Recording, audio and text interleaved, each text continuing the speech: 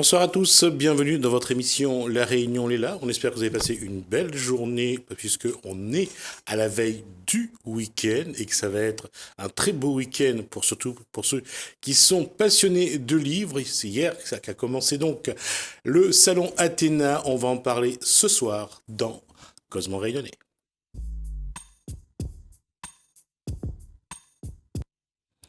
Et pour en parler, celle qui dévore le livre à tous les repas. Bonsoir, Gaël Guiton. Bonsoir, Gismi. 300 livres par an, c'est quelque chose quand même. Hein. Oui, mais... Et il n'y a même pas de livre de menu, de recettes, il n'y a que des livres. Non, je lis pas de livres de recettes. D'accord. Et je vais laisser à Gaël Guiton présenter celle qui porte le projet donc, du Salon Athéna. Oui, Karine Chan, si j'ai bien prononcé, qui est directrice de la médiathèque de Saint-Pierre et qui du coup organise ce grand événement. Oui, en fait, c'est vrai que la médiathèque de Saint-Pierre est porteur du projet, mais c'est la mairie de Saint-Pierre en général avec tous les autres services. Je voudrais juste d'abord moi saluer une vieille collègue du journal de Lille lorsqu'on y était. Bonsoir Karine de Fondenière. Merci pour le vieil, Gismi. J'allais faire une petite précision. Non, ça fait quand même 30 ans. Oui, ça fait une trentaine d'années. Le temps passe, il n'y a pas à dire. Alors, c'est donc la bibliothèque de Saint-Pierre qui porte ce projet maintenant. C'est la médiathèque de Saint-Pierre qui est porteur du projet. C'est la 4e édition.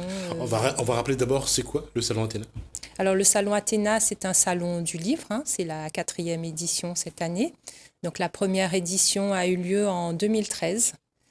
Et c'est le seul salon du livre, on va dire, un petit peu généraliste de La Réunion, puisque nous avons déjà à La Réunion un salon du livre jeunesse qui se fait, et un salon du livre aussi qui se fait uniquement autour des livres locaux. Voilà. Question, Gaëlle, pour parler de ce salon ou... Question, cette année, je trouve qu'il y a un joli programme. Un invité d'honneur exceptionnel, on va dire, Yasmina Khadra. Qui est Yasmina Khadra ? Yasmina Khadra est un auteur très connu qui a publié pratiquement une 40aine de romans. Le plus connu, je crois que c'est Les Hirondelles de Kaboul, d'ailleurs, qui est sorti au cinéma en film d'animation. En film d'animation, merci. Qui a publié, donc son dernier roman, c'est L'outrage fait à Sarayker. Moi, je connaissais plus Khalil, où Yasmina Khadra est un auteur, on va dire, qui parle beaucoup de la condition féminine, sauf dans Khalil, où il s'est permis de rentrer dans la tête d'un kamikaze. Voilà. Donc, psychopathe. Mais Yasmina Khadra ne prend pas de position. Voilà. Non, je disais qu'un kamikaze, par essence, est un psychopathe. Parce qu'il faut être un psychopathe pour pouvoir mourir comme ça. Pour avoir lu Khalil, je n'ai pas eu cette sensation. Donc, divergence d'opinion. Voilà. J'allais dire aussi une chose, c'est qu'au-delà de Yasmina Khadra, Karine, il y a aussi ce fait que ce salon d'Athéna, je veux dire, prend de plus en plus de dimensions. On a vu à un moment donné Memona Interman, j'allais dire à Fidji. Interman venir, entre autres. Genre, la dimension, elle est là et surtout, ça prend une place dans le paysage du livre et de l'édition à La Réunion.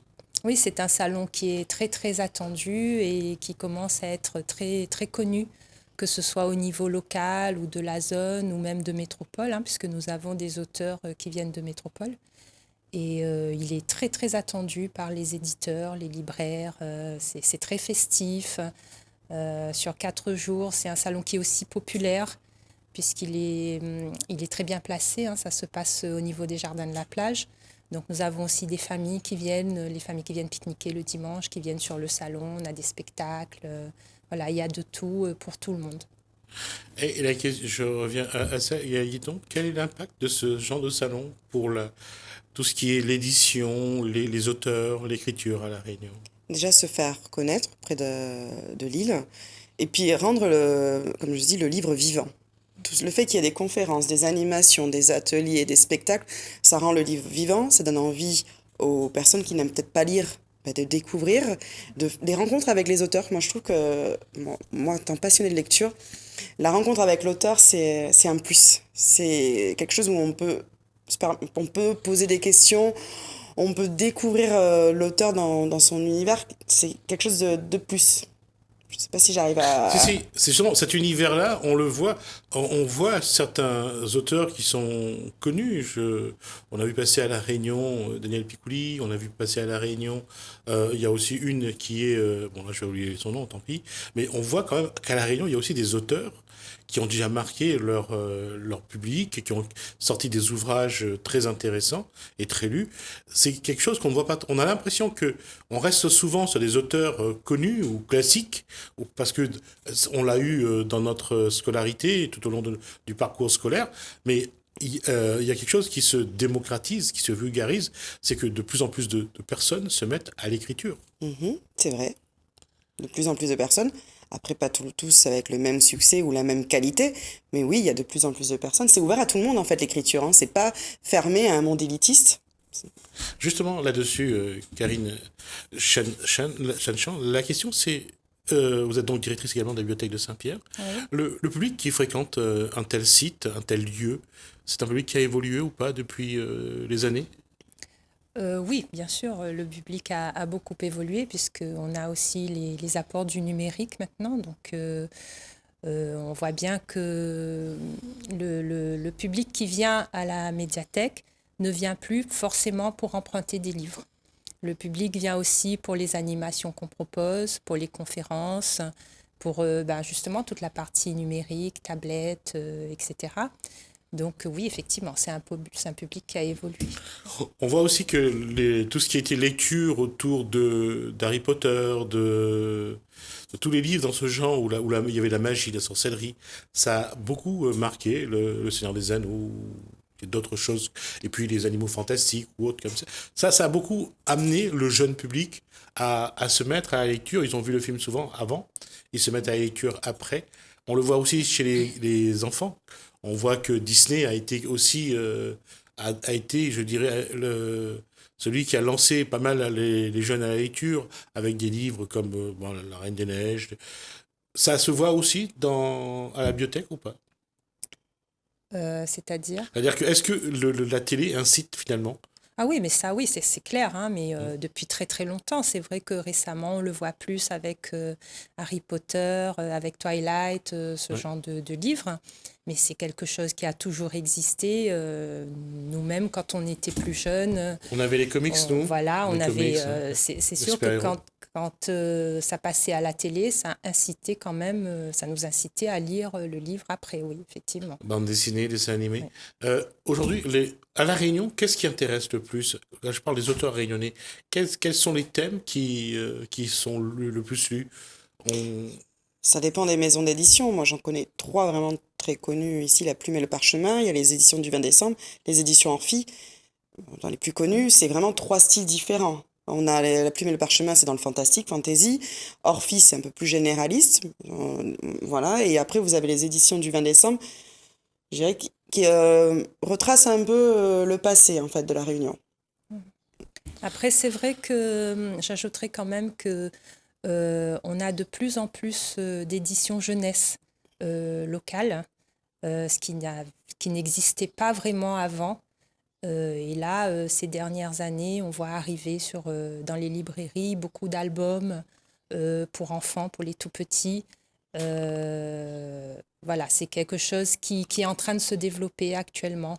On a des auteurs comme Fabienne Jonca, par exemple, qui est déjà intervenue souvent à Saint-Pierre, qui sera également sur le salon et qui écrit pas mal de choses pour les petits, qui anime des ateliers d'écriture, qui intervient beaucoup dans les écoles, etc. Oui. Il y a un thème sur ce salon ou pas? Écrire et penser le monde. Vaste sujet. Vaste sujet. Alors, hormis Yasmina Kadra, quels sont les auteurs qui vont être un petit peu au devant de la scène? Alors, on a Laurent Kupferman qui va faire sa conférence le jeudi soir. Alors, toutes les conférences auront lieu à la médiathèque, dans le jardin de la médiathèque. Vendredi soir, on aura Françoise Lyonnais et Patrick Deville.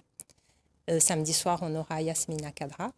Et puis, on a aussi des auteurs qui viennent de la zone océan Indien, de Maurice, de Madagascar, de Mayotte. On a un Belge, Michel Van Zeveren, qui va venir pour la jeunesse. Voilà, et puis tous les auteurs locaux qui sont déjà sur place, bien sûr. Il faut rajouter qu'il y a aussi une conférence sur les enfants de la Creuse avec Ariane Bois, Oui, Jean-François Samlang et le troisième auteur. voilà, c'est Jean-Jacques Martial. Merci. Voilà, donc ça va être dimanche matin. Ça sera plutôt une table ronde, en fait. Ça sera un échange entre les trois auteurs.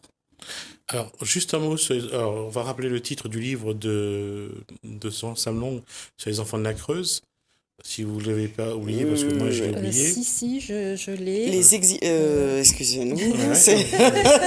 Oui, il y a le mot exil, un soleil en exil. Voilà, un soleil en exil. Alors, on a eu l'occasion d'aborder ça avec Ulsom, entre autres, sur ce plateau une fois. Et on a eu l'occasion donc de parler de ce qu'il y avait dans ce livre. Alors, ce débat des enfants de la Creuse revient. Bon, c'est pas toujours très gai parce que on parle de beaucoup de souffrance. Et je disais une fois, il y avait un enfant de la Creuse qui est venu, une femme qui a été donc également dans la Creuse, qui nous racontait que elle était, ses parents adoptifs entre guillemets l'obligeaient donc à manger ses excréments. Donc entre autres, voilà, c'est pas quelque chose de très gai, mais bon, on a l'occasion de revenir là-dessus. Il faut juste rappeler que Jean-François Samlong est parti vivre quelque temps là-bas dans la Creuse, pour ressentir un petit peu, pour comprendre un petit peu ce qu'a pu ressentir ces enfants qui ont été donc déracinés, enlevés d'un environnement ultramarin pour aller vivre dans un environnement de province en métropole, ce qui n'est pas quelque chose de facile, surtout quand on est abandonné.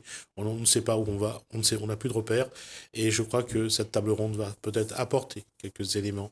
Et il ne faudra peut-être pas le rater. Donc, je ferme la parenthèse. Je reviens aux livres. Quels vont être les livres les plus vus sur ce salon ? Alors, par rapport aux enfants de la Creuse, moi, je sais que j'ai lu Ariane Bois, L'île aux enfants, une journaliste, un ancien reporter donc, qui a écrit sur les enfants de la Creuse. Je pense que cette table ronde risque d'être très intéressante parce que c'est 3 auteurs qui ont écrit 3 livres sur le même sujet. Et moi, je sais que dans mon retour, je me suis dit, j'aimerais vraiment découvrir les enfants de la Creuse, cette histoire, via un enfant du pays. Donc, du coup, il me tarde de lire le roman de Jean-François Salan pour voir comment lui va retranscrire cette histoire. Parce que là, je l'ai lu de manière journalistique, en fiction, certes, mais je veux découvrir par un Réunionnais. Ouais. Et puis, il y a Jean-Jacques Martial aussi qui sera là et qui, lui, il a vécu. Voilà. Je pense que c'est trois auteurs, trois mêmes histoires, certes, mais vues peut-être différemment et retranscrites différemment.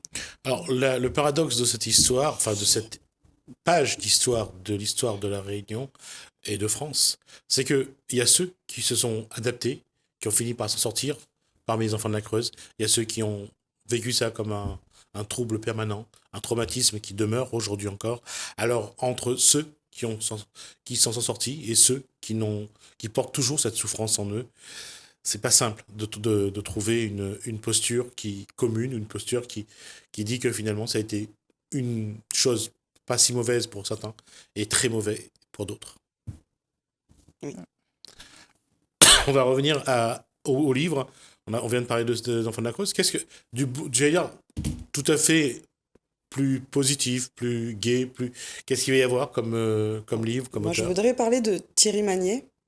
C'est un éditeur, moi, que je sais personnellement que j'aime beaucoup pour ce qu'il propose. Il sera là aussi. Il va parler de la littérature jeunesse, comment il voit la littérature jeunesse.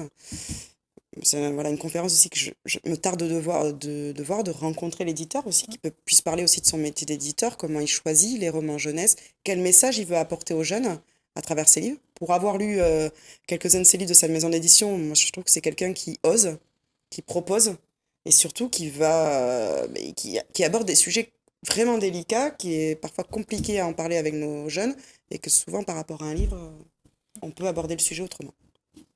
Et puis il y a aussi ces textes, ces auteurs qui reviennent souvent dans ce que on nous a inculqué à l'école, des auteurs que ce soit réunionnais ou des auteurs nationaux ou internationaux. Est-ce que au niveau de la bibliothèque plutôt, est-ce qu'on voit ces jeunes qui viennent chercher des textes pour passer leur bac de français, pour passer leur examen? Est-ce qu'ils changent un peu d'auteur ou on est toujours sur les classiques? Actuellement, alors moi je ne suis pas enseignante, mais il me semble que les enseignants essaient maintenant de ne plus aller uniquement vers les livres, les grands classiques. Ils essayent quand même d'introduire des auteurs un petit peu plus récents. Et oui, effectivement, les enfants viennent à la médiathèque pour rechercher ces livres. Mais comme on parlait tout à l'heure justement du changement, de l'évolution de la fréquentation des médiathèques, les jeunes, souvent, ils ont leur propre livre, hein, mais ils viennent surtout en médiathèque pour trouver un lieu, pour travailler, pour se retrouver et échanger. Et on le voit lors de quelques temps avant le bac, Oui. ils envahissent les... Oui, quelques temps avant le bac, oui. On a beaucoup de fréquentation de jeunes qui viennent travailler. Ça montre, Yael, qu'est-ce qu'il faut dire aujourd'hui? Les jeunes lisent de plus en plus, les adultes lisent, où la lecture finalement retrouve la place qui était la leur, parce qu'Internet commence un peu moins à intéresser, parce qu'on trouve un peu de tout et n'importe quoi sur Internet. Aujourd'hui, les livres, c'est encore une valeur sûre. Pour moi, ça reste une valeur sûre. Ce que je dis souvent quand je rencontre des personnes qui disent je n'aime pas lire, mais je voudrais que mon enfant lise, je leur dis toujours, vous inquiétez pas, ce n'est pas une question de ne pas aimer ou lire ou pas, c'est juste une question de trouver le bon livre qui va attirer l'enfant. Donc moi je pars du principe que oui, il y a tellement de choix à l'heure actuelle, on peut trouver le livre pour plaire à n'importe qui. Il y a, Oui, tout ce, et il y a ce qu'il puis, faut je pense qu'il y a toujours, les gens lisent toujours, mais ils lisent autrement. aussi. Ils ne lisent plus forcément des livres qu'ils viennent chercher à la médiathèque comme avant. Il y a beaucoup d'achats et beaucoup de lectures sur tablette, sur liseuse, etc. Et ça me fait toujours drôle de dire ça. Ça va se vulgariser ces gens qui enregistrent les livres et puis qui les écoutent en voiture. C'est une manière de lire. J'ai testé, je suis pas une grande fan, mais j'ai testé. C'est une manière. Voilà, Moi, je suis une c'est- puriste, donc du coup, Mm. ça me dérange, mais de temps en temps, pourquoi pas ça... C'est une autre façon de Oui, lire, voilà. mais c'est aussi de la lecture, hein, Oui. quelque part. Pourquoi pas? Et de voir ces personnes qui sont assises dans un fauteuil devant une caméra et qui font la lecture à 3 heures du matin à la télé, en tout cas, ça, on voit que ça progresse aussi, ça avance là-dessus. Il y a des gens qui aiment ça. Et je pensais surtout aux personnes âgées qui ont du mal. Et faire la lecture aux personnes âgées, c'est très intéressant. Aujourd'hui, je ne sais pas la Réunion où on en est, mais on voit que ça commence à être intéressant, comme ne serait-ce comme métier finalement. Oui, oui, tout à fait. On a un public de personnes âgées qui viennent pour les livres lus, ce qu'on appelle les livres lus, dont parlait Madame Guiton. Donc des livres sur un CD qu'on met dans son poste et puis qu'on écoute. Et mine de rien, les personnes âgées aiment beaucoup lire parce qu'on a à la médiathèque un service qui s'appelle Portage à domicile et qui va, non pas au domicile des personnes, mais plutôt dans les associations, les maisons de retraite, etc. Et ça marche vraiment très, très, très bien. Ils sont très attendus. On va, nous, essayer de voir un jour, de suivre un petit peu ce portage et voir un petit peu quelles sont les personnes et quels sont les livres qui intéressent nos Gramouns. Et puis, quand je dis nos Gramouns, je pense aussi à nous parce qu'on commence aussi à être des Gramouns. Je parle pour moi, hein, pas pour les deux dames qui sont là. La question, c'est pour éviter des coups tout à l'heure. La question, c'est. La question là-dessus, c'est justement, là, il faut aller aussi au sens-là, c'est-à-dire que, puisque à l'horizon 2030, on sera 100 000 à avoir plus de 60 ans à La Réunion, il faut s'intéresser à ça. C'est un public qu'il faut aussi apprivoiser, entre guillemets. Oui, oui, tout à fait, je pense, oui. Oui. C'est pour ça qu'on a mis en place ce service, c'est parce qu'il y avait une demande de ces personnes qui ne peuvent plus se déplacer. Et donc, le but, c'est d'aller vers eux. Ils ne peuvent plus venir à la lecture, donc on leur amène la lecture. Voilà, on arrive à la fin de cet échange. Je vais juste rappeler que donc, ce vendredi soir, dans la cour de la médiathèque, oui. il y a 2 conférences donc, pour vendredi. Françoise Lyonnais et Patrick Deville. Donc, ne pas oublier aussi celle de jeudi soir avec Laurent Kupferman et évidemment celle de Yasmina Kadra. Samedi soir, donc, il y aura donc, une table ronde donc, sur... Samedi soir, ce sera une conférence de M. Kadra qui se déroulera à la médiathèque. D'accord. Et la table ronde La table ronde, c'est dimanche matin. D'accord. Toujours au même endroit?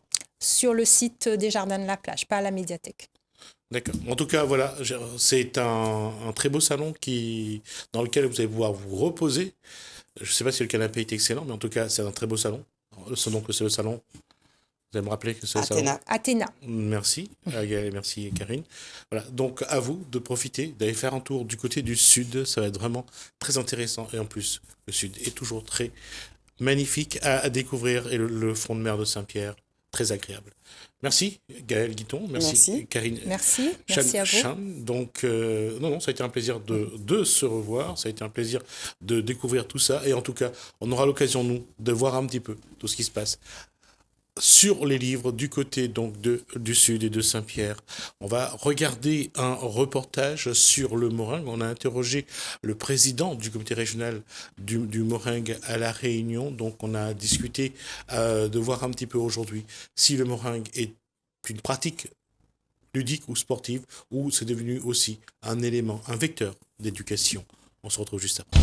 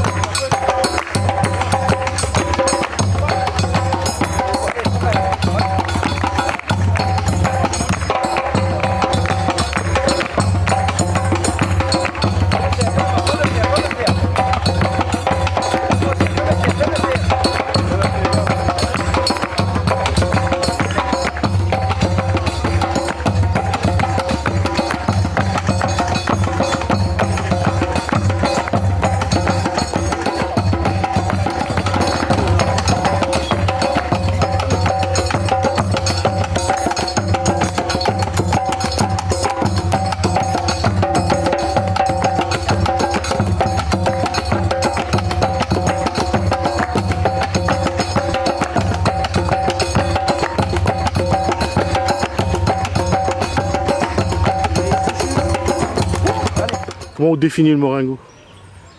La passion, après le respect, la discipline, et ensuite il faut nous savoir vers la transmission. Quoi Nana dans le moringue qui intéresse à vous, qui est important pour vous? Mais au départ, quand on a commencé, c'était plus le côté musical. Donc la musique, tout ce qui est les tambours et maloya. Mais là maintenant, à force de le faire, ben, c'est l'histoire. C'est l'histoire qui demande maman, il doit apprendre ça et après il doit communiquer. Quand on parle d'histoire, à quel moment on a découvert que les esclaves utilisaient le meringue pour tenir dans l'esclavage, pour vivre l'esclavage et pour continuer à apprendre à lutter de toute façon? 94, comme il rencontre le meringue, c'est là que je découvre aussi tout ce qu'il y a autour du meringue. On parle du meringue, mais comment il a fait pour arriver ici, qui ça te pratique ça. Et voilà, donc là on découvre vraiment le côté ancestral. Et aujourd'hui, qu'est-ce qui motive à vous à pratiquer le meringue? Aujourd'hui, dans la pratique, là, je ne fais plus trop la pratique. Là, en ce moment, c'est que j'enseigne le meringue. Donc là, j'initie le mamaï. Et donc, c'est ça le vrai valeur là. Donc, c'est dans la transmission. Donc, le côté pratique, donc, je vais mettre ça un petit peu de côté. Là, c'est la transmission, l'initiation, faire découvrir le mamaï, que ça a quand même l'identité, une tradition, comme le meringue, parce qu'il n'est pas le seul, mais comme moi, cette discipline, mes véhicules. Donc c'est l'apprentissage. Le rite, les règles, le gestuel, quoi ça y apporte dans l'éducation, quoi ça y apporte dans la construction de l'individu? Donc l'écoute, d'abord il y a l'écoute, après il y a l'épanouissement de soi-même, l'épanouissement des autres autour. Donc quand on fait découvrir, ben, il y a un tambour, il y a un djembé, tout cela à jouer, il y a un rythme à respecter. Il y a le sens de faire commencer donc l'appel, la variation, après l'appel pour terminer. Et après tout ce côté combat, il y a vraiment une codification. Donc tout cela il amène que nous sommes dans un cercle, dans un rond, que là-dedans il y a un respect. Le respect de soi-même, après le respect de son camarade, après le respect de l'entraîneur, ça tient en scène à haut. Et nous restons toujours dans le jeu meringue. Parce que si nous parlons du meringue, loin avec les anciens, nous connaissons le combat, est vraiment, on va dire, violent. Mais il reste toujours dans un respect. Mais là, aujourd'hui, on utilise ça pour l'éducation. Donc le côté de donner un code, le combat doit être toujours nous sommes tous, même s'il y a un contact, c'est nous sommes tous, pas là pour faire mal à son camarade. Donc c'est reste dans le jeu, comme Gramont t'a dit, à nos jeux Moraigne. Concentration, discipline, rigueur, c'est des valeurs qui sont importantes dans l'éducation. Voilà. Dans tout ça, là, on a un hygiène de vie. Donc là, nous sommes dans un cours, donc il y a tout ce qui est tout ce qui est l'enseignant, le professeur dit. Donc là, la rigueur, il faut être là. Si l'heure doit commencer, l'heure doit terminer et d'être toujours présent à l'entraînement parce que maintenant, on a des tournois, des compétitions de Moraigne. Donc là, il demande beaucoup à que ce soit l'athlète. Donc on a une bonne hygiène de vie pour arriver à tenir dans le rond pendant les combats. Sur les valeurs aujourd'hui, alors, quoi le Moraigne apporte comme valeur aux Réunionnais qui découvrent le Moraigne ou qui vivent avec le Moraigne? La valorisation, l'identité. L'identité de dire, Moraigne, c'est à la Réunion, ça. C'est Réunionnais, c'est que les anciens ont laissé pour nous. Donc là, quand on arrive là-dedans, donc on a une monnaie d'essence, c'est-à-dire que quand on va au dehors, là où ça parle du Moraigne. Les autres qui viennent ici aussi montent en zone de Moraigne. De dire que ça, c'est l'identité de la Réunion, ça. L'identité de la Réunion qui est reconnue par l'État. C'est-à-dire le ministère de la Jeunesse, de Sport et Culture, il est entre les deux. Donc ça, pour nous les fiers de ça. Pour nous les fiers de ça, c'est que nous laisse pour nous. Donc quand nous ça va exporter ali, donc là, nous avons vraiment, nous les fiers, nous avons une valeur quand même, que c'est une histoire, mais aussi une identité de la Réunion. C'est un sport de la Réunion, typique de la Réunion. Après aussi, il a ses frères, ses cousins, dans le sang indien, dans les Caraïbes, tout ça. Mais au moins que nous avons le Moraigne. Comment vous voudrez que le Réunionnais, dans son ensemble, tous les Réunionnais, ils regardent le Moraigne aujourd'hui, et comment vous voudrez que la transmission se poursuit? Tout cela va dépendre aussi un peu des instances, des collectivités, de tout ce qui nous entoure, c'est-à-dire pour emmener loin, c'est-à-dire dans les écoles, les établissements scolaires. Et après aussi, nous pouvons trouver loin dans la formation. Et si nous adoptons ça, il faut que bonne maman là aussi, après il grandit bien là-dedans. Après, la professionnalisation, c'est ça qui nous attend aussi un peu, la professionnalisation. Donc le Moraigne est là depuis 1993. La reconnaissance même du Moraigne et la renaissance, c'est depuis 1993 que le Moraigne, que les gens ils voient le Moraigne, ils revoient et dans le paysage rayonné. Mais là, ce qui nous attend, c'est les instances, parce que il y a l'amour, il y a la passion, mais après nous connaissons que ça, après il ne suffit pas ça. Il ne suffit pas parce que en tant que père de famille, à un moment donné, il faut savoir manger, il faut marmaille, il faut linge, il faut tout ça là. Donc la passion pour jouer, faire du spectacle, tout ça là, mais à un moment donné, nous connaissons ça, il ne perdure pas. Mais la professionnalisation, c'est nous dit que nous avons identité, Moraigne, la crosse, Maloya. Donc il faut que maintenant, c'est à zone maintenant, comme dit créole, c'est à zone nous a fait dans la main maintenant. Donc à nous avec la passion, nous va toujours maintenir. Avec l'amour, nous va maintenir la tradition.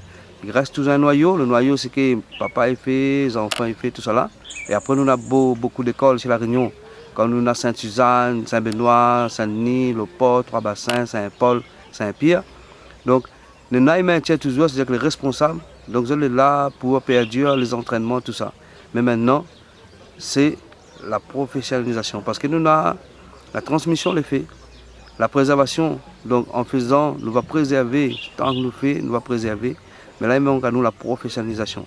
Donc, là, il y a eu des diplômes, on a des diplômes, on a des formations, on a en BAPAT, à la tradition populaire, on a le BPZ, on a le brevet fédéral. Donc maintenant, c'est les instances de tenir vraiment ce qui dit la culture, mais aussi le sport. Donc nous avons une identité en tant que sport, et sport régional en ce moment.